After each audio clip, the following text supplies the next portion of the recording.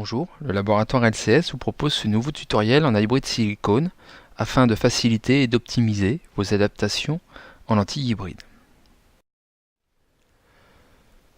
Qu'en est-il de l'adaptation de ces lentilles?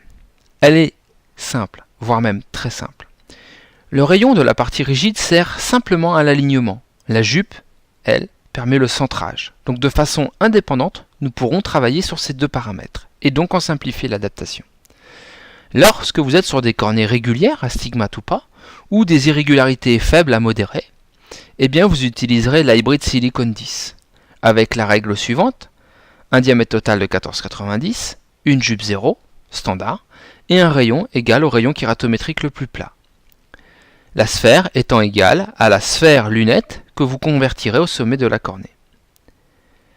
Lorsque vous serez sur des irrégularités plus fortes, vous utiliserez l'Hybrid Silicone, sous-entendant un diamètre rigide de 8,50 mm. Le diamètre et la jupe restent les mêmes, standard, 14,90 pour le diamètre et 0 pour la jupe. Le rayon, lui, est égal au rayon kératométrique moyen auquel vous rajouterez plus 0,20 mm. Attention, dans ce cas, la puissance est égale à la sphère de vision loin lunette, ramenée au sommet de la cornée, plus la valeur du ménisque de l'arme. Le logiciel iAdapt vous permettra de calculer facilement cette puissance. Pour conclure, lorsque vous avez des rayons plutôt standards à tendance plate, donc des rayons au-dessus de 7 mm, eh bien vous utiliserez en général une Hybrid Silicone 10 avec un diamètre de zone rigide de 10 mm. Lorsque vous êtes sur des rayons plus cambrés et des irrégularités plus fortes, eh bien vous utiliserez l'Hybrid Silicone, sous-entendant un diamètre de zone rigide plus petit de 8,50. Vous voyez qu'il y a un chevauchement entre 7,40 et 7 mm dans lequel vous pouvez utiliser aussi bien l'une que l'autre des deux géométries Hybrid Silicone. Quel que soit le type de lentille Hybrid Silicone que vous ayez choisi, Hybrid Silicone 10 ou Hybrid Silicone, l'évaluation reste la même. Tout d'abord, vous commencerez comme une lentille souple, par prendre les acuités visuelles et réaliser une réfraction complémentaire si cela est nécessaire. Ensuite, vous évaluerez le centrage et la mobilité de la lentille Hybrid Silicone.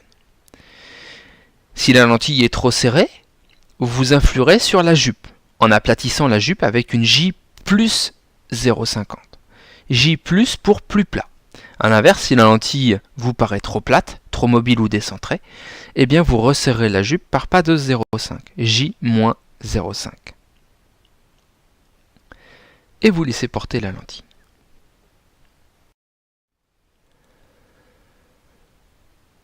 La prochaine évaluation se fera après plusieurs heures de port.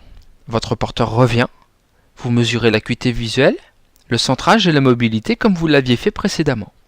Puis, vous retirez la lentille. Au retrait, vous vérifiez l'intégrité cornéenne. À ce moment-là, vous pouvez utiliser soit de la fluo macromolécule pour lentille souple et hybride, soit de la fluo pour lentille rigide puisque la lentille a été retirée. Attention, à ce moment-là, si vous utilisez de la fluo pour lentille rigide, il faudra penser à rincer l'œil du porteur avant de reposer les lentilles Hybrid Silicone. 3 observations sont possibles. Soit vous avez un piqueté à l'apex et donc le rayon est trop plat. Il faut donc le resserrer par pas de 0,10 mm et rajouter à chaque fois moins 0,50 dioptrie à la puissance. Soit la cornée est fluo moins.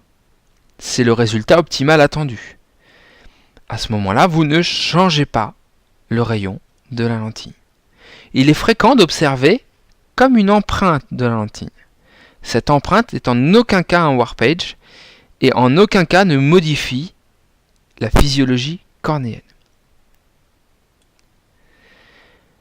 Le dernier point est une KPS que vous pouvez observer au bord de la partie rigide, à la zone de jonction. À ce moment-là, vous considérez que le rayon est trop serré et donc vous avez une friction au bord de la jonction.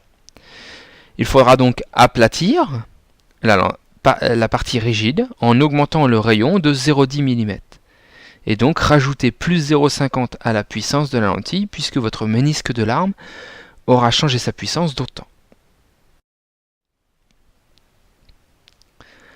Pour la fluo au retrait des lentilles Hybrid Silicone, Comme je le disais précédemment, vous pouvez utiliser soit des bâtonnets de fluo macromolécules ou de la fluo pour lentille rigide. Attention, si vous utilisez la fluo pour lentille rigide, il faudra penser à rincer l'œil du porteur avant de reposer les lentilles à hybride silicone. Sinon, la jupe se colorera en jaune et c'est irréversible. Fréquemment, vous observez comme une empreinte de la partie rigide, comme c'est le cas ici sur cette photo. La cornée est fluo moins, donc le rayon central de la partie rigide est parfaitement adapté et aligné à la morphologie cornéenne. Est-ce un warpage? La réponse est non. Tout simplement, l'OCT et un OCT épithélial nous a permis d'évaluer qu'il n'y avait pas de modification des épaisseurs épithéliales sous la zone de jonction et que les mappings épithéliaux et stromaux de la cornée nous permettent d'évaluer qu'il n'y a aucun warpage, aucune modification d'épaisseur et donc de modification physiologique de la cornée. Vous remarquerez au niveau de la jonction, à fort grossissement, que ces jonctions sont striées bien souvent. Ces striures sont normales.